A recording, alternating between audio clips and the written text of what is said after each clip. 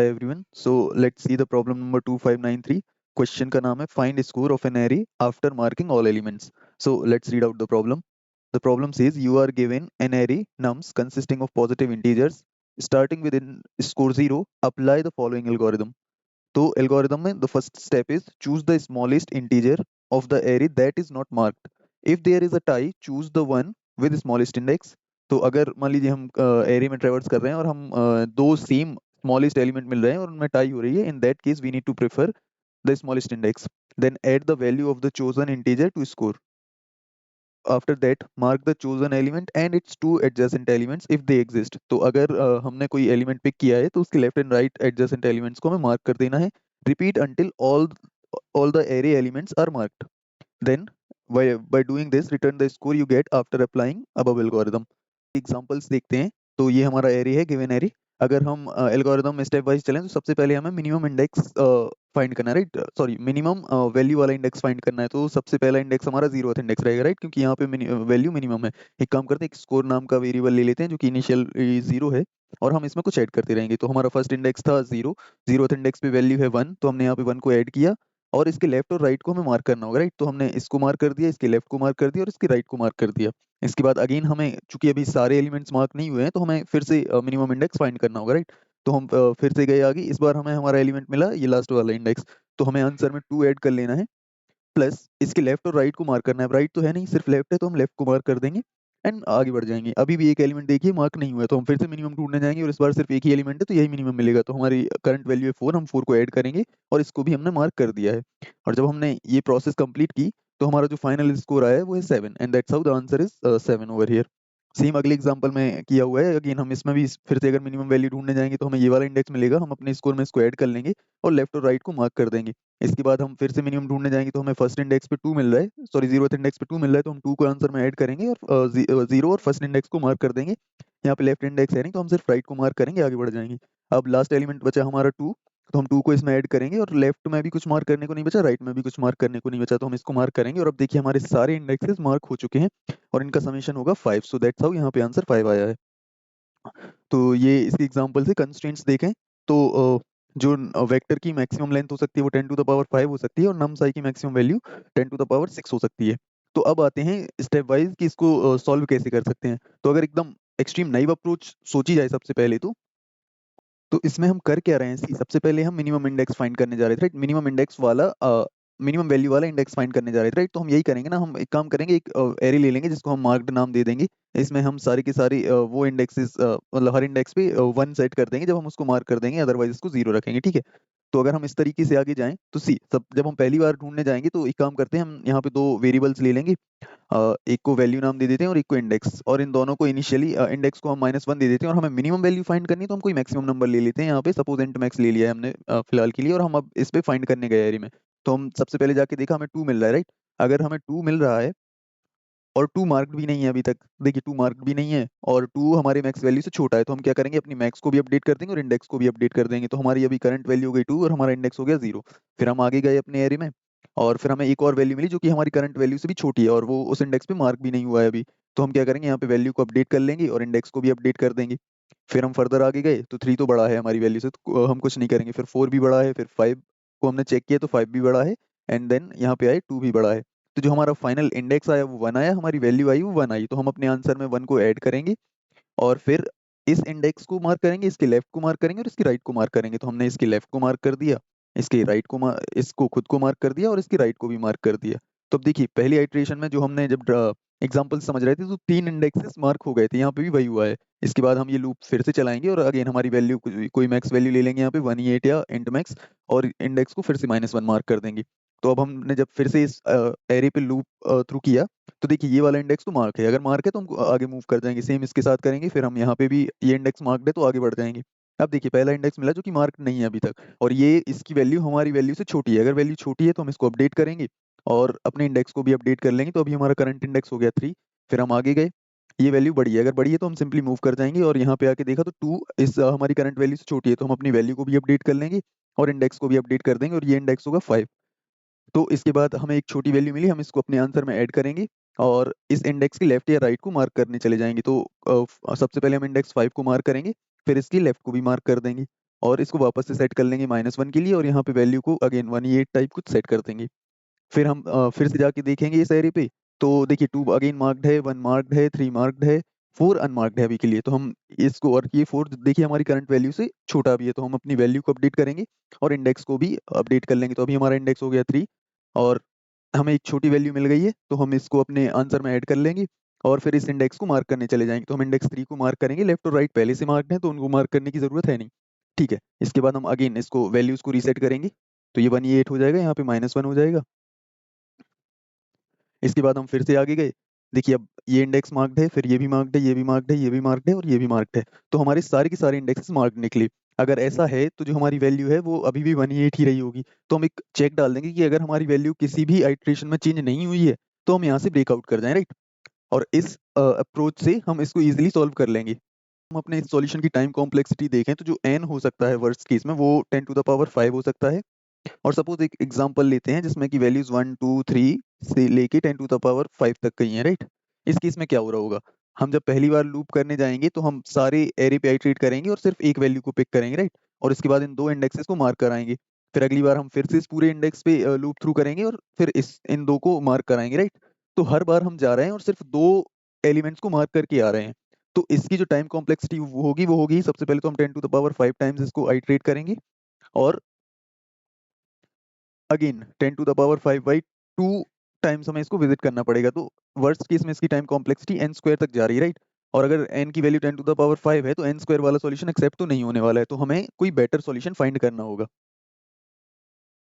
तो अगर हम ऑप्टिमाइज्ड सॉल्यूशन के बारे में सोचें और इसी एग्जांपल को फिर से देखें, तो सी हमें किसी भी पॉइंट ऑफ टाइम पे चाहिए क्या था, मिनिमम वैल्यू, राइट। और मिनिमम वैल्यू देने वाला क्या हमारे पास कोई डेटा स्ट्रक्चर है जो कि हमें अच्छा, एक और बात उससे पहले हमें समझने वाली बात ये है कि अगर हमारी वैल्यूज, अगर हमें ये मार्किंग वाला एक एक्स्ट्रा पॉइंट इन्होंने ऐड नहीं किया होता कि हमें लेफ्ट और राइट को मार्क करना है, तब तो ये क्वेश्चन बहुत ही ईजी हो जाता, राइट। हम इसको सिंपली सॉर्ट करते, तो अब हमें पता है ना कि हमारी सबसे स्मॉलेस्ट वैल्यू हमेशा लेफ्ट में मिल रही है। 0th इंडेक्स पे हमें सबसे छोटी वैल्यू मिलेगी, उसके बाद हमें अगली छोटी वैल्यू मिलेगी, राइट। पर जब इन्होंने बोला ना कि लेफ्ट और राइट को मार्क कर दीजिए, तो अब अगर हम सॉर्ट करेंगे ना तो अगली दो वैल्यूज और चेंज हो जा रही हैं। इससे हो क्या रहा है कि जो स्मॉलेस्ट वैल्यू है वो डायनेमिकली चेंज हो रही है। और ऐसे केसेस में हमें वैसे भी पता है कि मिनिमम वैल्यू अगर हमें चाहिए है तो ऐसा डेटा स्ट्रक्चर मिन हीप ही होता है, राइट, जिसपे किसी भी पॉइंट पे आपको हमेशा स्मॉलेस्ट वैल्यू ही मिलेगी। तो इसको क्या हम उसका किसी तरीके से यूज करके सॉल्व कर सकते हैं? तो देखिए उससे होगा या नहीं होगा। तो सबसे पहले तो हम जैसे ही अपनी मिन हीप प्रिपेयर करेंगे तो हमें सबसे पहले मिन हीप का स्ट्रक्चर कुछ ऐसा दिखेगा। तो मैंने यहाँ पे मिन हीप प्रिपेयर कर ली है, तो अभी हमें टॉप पे एकदम स्मॉलेस्ट वैल्यू मिल रही है, फिर उसके बाद उससे बड़ी एंड सॉर्टेड ऑर्डर में हमारे पास वैल्यूज आ चुकी हैं, राइट। अब अगर हम अपना अगेन स्कोर नाम का वेरिएबल ले लें एक बार, और इसको 0 से इनिशियलाइज करते हैं और इस पे लूप थ्रू करना, या तो फिर हम इस क्यू पे लूप थ्रू करना शुरू करें, तो हमें पता है 1 तो हमारे आंसर में ऐड होगा, राइट। तो हमने अगर 1 को ऐड कर लिया है तो हमें इसके एडजेसेंट एलिमेंट्स को मार्क करने जाना होगा, राइट। पर इस हीप से हमें किसी भी तरीके से पता नहीं चल रहा है कि इसकी लेफ्ट एलिमेंट या लेफ्ट इंडेक्स क्या है, इसका राइट इंडेक्स क्या है, या इसका खुद का इंडेक्स क्या है। तो इसके लिए हमें इसके साथ साथ ना इसके इंडेक्सेस को भी पुश करना पड़ेगा, राइट, ताकि हमें पता तो चले कि हम अगर किसी वैल्यू को पिक कर रहे हैं तो वो किस इंडेक्स में, राइट। तो इसीलिए हम क्या करेंगे, हीप में सिर्फ ये वैल्यूज पुश नहीं करेंगे, इसका इंडेक्स भी पुश करेंगे। इंडेक्स पुश करने का रीजन ऑलरेडी एक्सप्लेन कर दिया है कि हमें ना वैल्यू के साथ साथ इंडेक्स भी पता होना चाहिए, तभी तो हम मार्क कर पाएंगे लेफ्ट और राइट को। तो मैं क्या कर रहा हूँ, इसके साथ साथ ना इसके इंडेक्सेस भी पुश कर दे रहा हूँ। फाइन, तो यहाँ पे मैंने इंडेक्सेस भी पुश कर लिए हैं। यहाँ पे एक बात नोट करने वाली है कि अगर इसको कभी 2 और 0 एंड 2 और 5 जैसी वैल्यूज मिलेंगी तो ये अगेन पहले तो 2 को पिक करेगा, और उसके बाद सिंस हम पेयर में पुश कर रहे हैं तो अगली मतलब 2 जो है वो वैल्यू सेम है, तो फिर ये अगली जो भी पेयर की अगली वैल्यू है उसके हिसाब से सॉर्ट करेगा, तो इसलिए 2 0 हमेशा टॉप पे आएगा। फाइन, तो अब हम अगेन अपना ये क्यू पे आइटरेट करना चालू करेंगे, और जब तक हमारी ये क्यू एम्प्टी नहीं हो जाती ना तब तक हम इसको प्रोसेस करेंगे। तो सी सबसे पहले हमें वैल्यू मिली 1,1, तो हमने यहाँ पे अपने आंसर में स्कोर में 1 को ऐड कर लिया, राइट। अब हमें मार्क करना था इंडेक्सेस को, इसके लेफ्ट और राइट इंडेक्सेस को, राइट। तो अब हम मार्क कैसे करें, हमारे पास मार्क करने के लिए कोई डेटा स्ट्रक्चर होना चाहिए ना, या तो फिर हम चाहें तो इसी एरे का यूज कर लेंगे और हम इसमें मार्क कर सकते हैं। बट उससे बेटर होगा कि हम मार्किंग के लिए ना एक और एरे ले लें और उसमें हम जाके अगेन जैसे हम अपने पिछले एग्जांपल में ड्राई रन वाले अप्रोच में कर रहे थे ना, यहाँ पे एक मार्क वाला वेक्टर ले लिया था, तो हम अगेन वही सेम वेक्टर फिर से यूज करेंगे और इसमें मार्किंग करते जाएंगे। तो सबसे पहले तो हमें इंडेक्स 1 को मार्क करना है और उसके इसके साथ साथ हम इसके एडजेसेंट लेफ्ट और राइट को भी मार्क कर देंगे, राइट। और हमने इसको अपनी क्यू से पॉप कर दिया है। फिर हम आगे बढ़े, हमें यहाँ पे मिला 2 0, तो यहाँ पे हमें वैल्यू मिली 2, इंडेक्स मिला 0।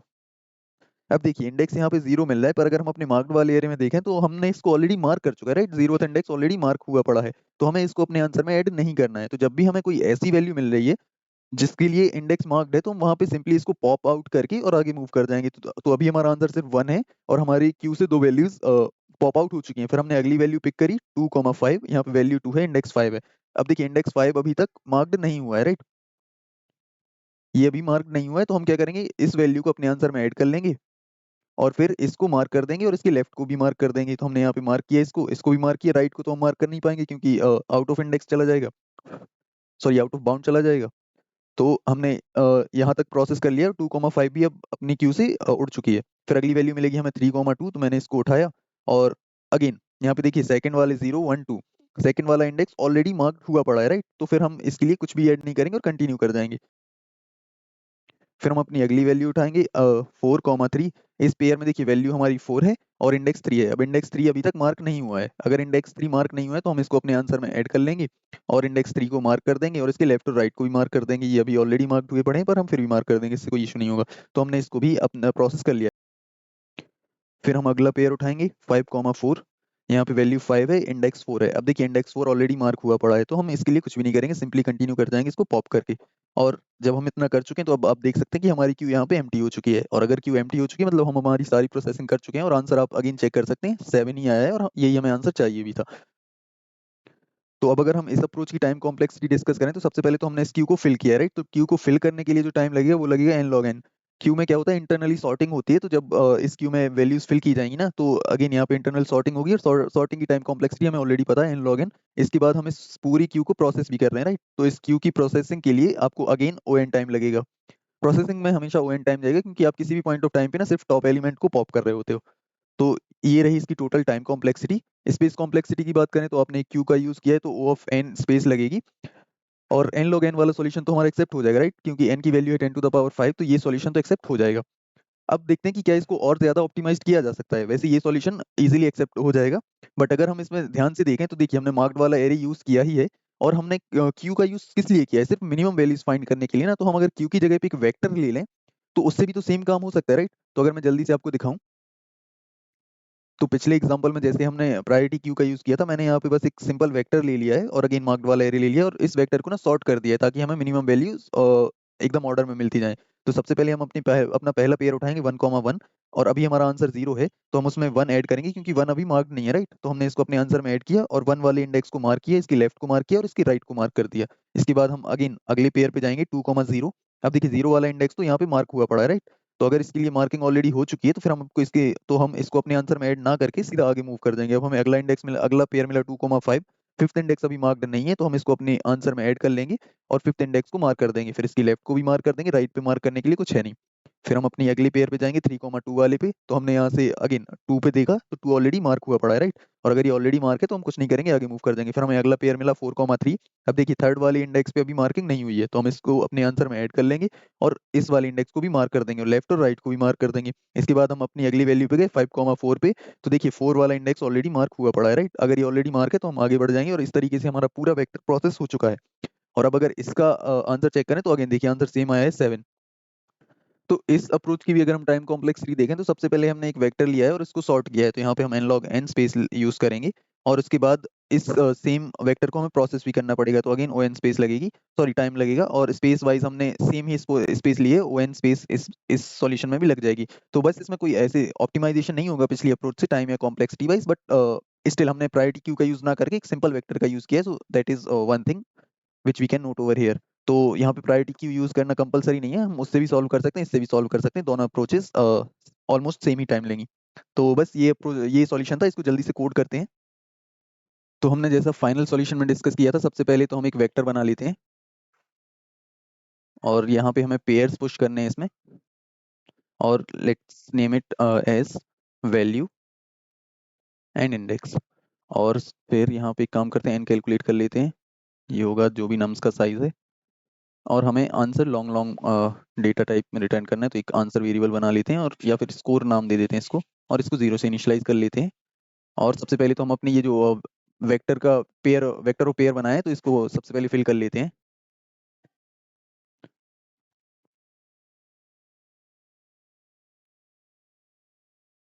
तो इसमें हमें पुश करना है जो भी हमारी वैल्यू है सबसे पहले हमें वैल्यू पुश करनी है और इसके बाद हमें इंडेक्स पुश करना है। तो ये हमने वेक्टर को फिल कर लिया है। इसके बाद जैसा हमने डिस्कस किया था, इसको सॉर्ट कर लेते हैं।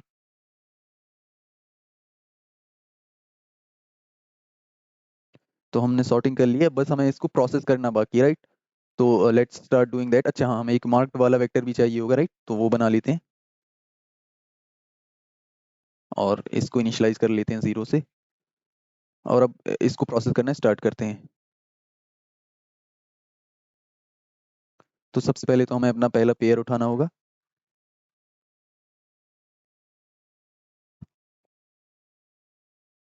ये हमने पेयर उठा लिया। इसके बाद वैल्यू निकाल लेते हैं। ये हमें अपने पेयर की फर्स्ट पे मिलेगा, तो हमने वैल्यू उठा ली। और उसके बाद हमें इंडेक्स भी निकाल लेना है, तो ये हमें अपने पेयर की सेकंड वाली पार्ट में मिलेगी। तो यहाँ पे हमने वैल्यू और इंडेक्सेस निकाल लिया। अब सबसे पहला चेक तो हम यही डालेंगे कि अगर ये मार्क हुआ पड़ा है करंट इंडेक्स, तो if marked of current index, अगर तो जो ये ट्रू है तो उस केस में हमें कुछ नहीं करना है, हम सीधे कंटिन्यू कर जाएंगे। और अगर ऐसा नहीं है तो सबसे पहले तो हम इसको अपने आंसर में ऐड कर लेते हैं। तो score plus is equals to value. और इसके बाद हमें इसकी लेफ्ट को मार्क करना है। तो सबसे पहले तो हम इसके लेफ्ट को मार्क कर देते हैं। तो मार्क्ड ऑफ जो भी हमारा इंडेक्स है इसका -1, और इसको हमने ट्रू कर दिया या 1 सेट कर दिया। अब अगेन हम यहाँ पे अगर इंडेक्स -1 कर रहे हैं तो हमें ध्यान रखना होगा कि जो हमारा इंडेक्स है वो 0 से बड़ा रहे, राइट। तो अगर ये 0 से बड़ा है तो ही हम ये करेंगे। इसके बाद ये हमने लेफ्ट को मार्क कर दिया। अब हम इस करंट इंडेक्स को मार्क कर देते हैं। तो मार्क्ड ऑफ इंडेक्स, इसको भी 1 कर दिया।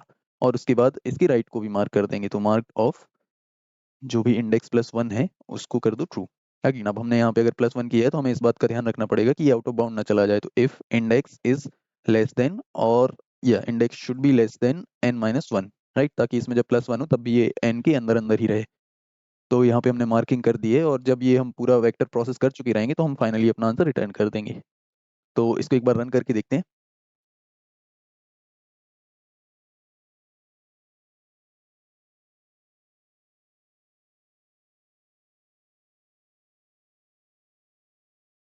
हमें स्कोर रिटर्न करना था और गिवन टेस्ट केसेस तो पास हो रहे हैं। लेट्स ट्राई सबमिटिंग दिस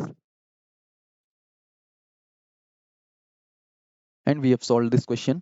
तो again time and space complexities हम discuss कर चुके हैं। So this is it for this solution. You guys can share your approach in the comments and let me know what approach did you use to solve this.